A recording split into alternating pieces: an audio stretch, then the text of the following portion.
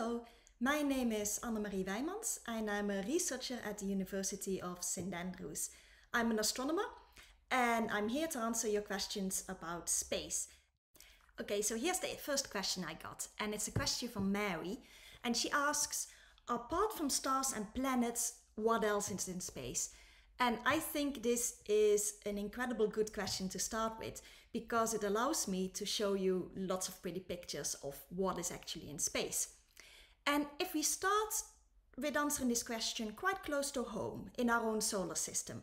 So the solar system, that means that's the sun, that is our star, and the 8 planets, of which Earth is one. So if you then see what else is there, well, there is the moon. Earth has a moon, but the other planets also have moons.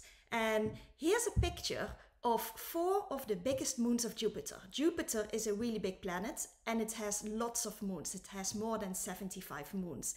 But these 4 moons I think are the prettiest. And I especially like the moon on the left here.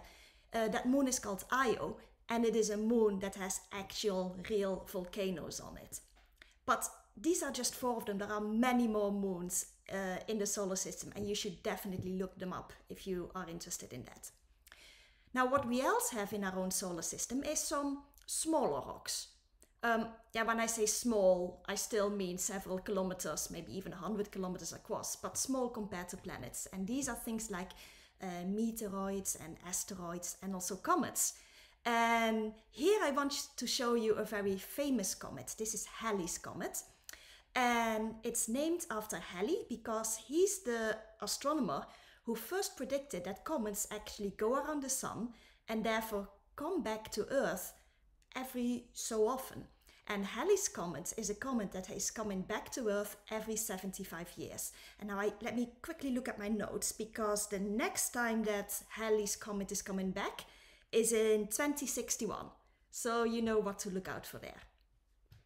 Now, if we leave our own solar system and we're going out further in the Milky Way, our galaxy, to see at other stars, what I always find very spectacular is stellar nurseries. So stars are formed from gas. So if you have a place in the Milky Way where there's lots of gas, you can start forming stars. And one of those places is Orion's Nebula. And I really love this nebula because it's so incredibly pretty. And what is going on here is that there is gas that is still forming stars. And this nebula is located in the constellation of Orion.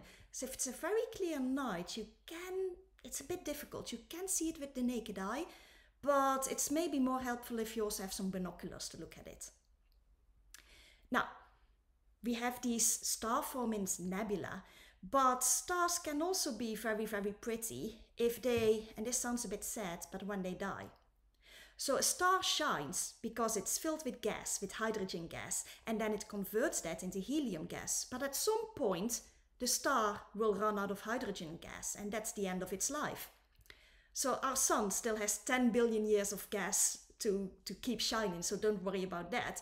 But some other stars have already reached the end of their life. And what they then do, well, you get a bit of fireworks. So here's an example of what a star looks like when it has reached the end of its life. And this star was a small star, so a star comparable to the sun. And at the end of its life, the star did poof. And it just ejected all the outer layers of the star that are made out of gas into space. And those started to shine. And we call this a planetary nebula. And that is a really, really stupid name.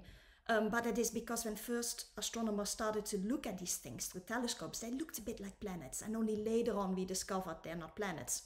They're actually dying stars. And this particular one is called the Cat's Eye Nebula. And yeah, it does look a little bit like a cat's eye. But this is for the smaller stars. What happens when a really, really big star, so think 10 times as massive as the sun, when they reach the end of their life? They don't go poof, they go boom. They really explode, and that's what we call a supernova. And this picture here shows you what then is left over from the star. The star has exploded, all the gas that was left is going into space, and this nebula here is called the Crab Nebula. And I will admit this one is a bit more difficult to see. I'm not quite sure why people thought there is a crab in this nebula. But anyway, maybe you can discover it. Now, what is really interesting about these really, really massive stars is what then happens next to that star, because it has exploded, but the core of the star is still there. And in the Crab Nebula, it's maybe not really easy to see, but there's a tiny, tiny star left that is spinning really, really fast, and that is called a pulsar. But if you have a star that is really, really massive, then the supernova explosion is so incredibly big that the star collapses on itself, and then you get a black hole. And I know we all want to know more about black holes, right? That's a whole different set of questions that people have there. But that is how you form a black hole. It's basically a really, really heavy star that explodes at the end of its life. And I'm now, even though I'm only allowed 3 questions, I'm going to answer Sophie's question, who asked, what is the difference between a black hole and a supermassive black hole? Because talking about black holes, these black holes caused by exploding stars are not the only ones around.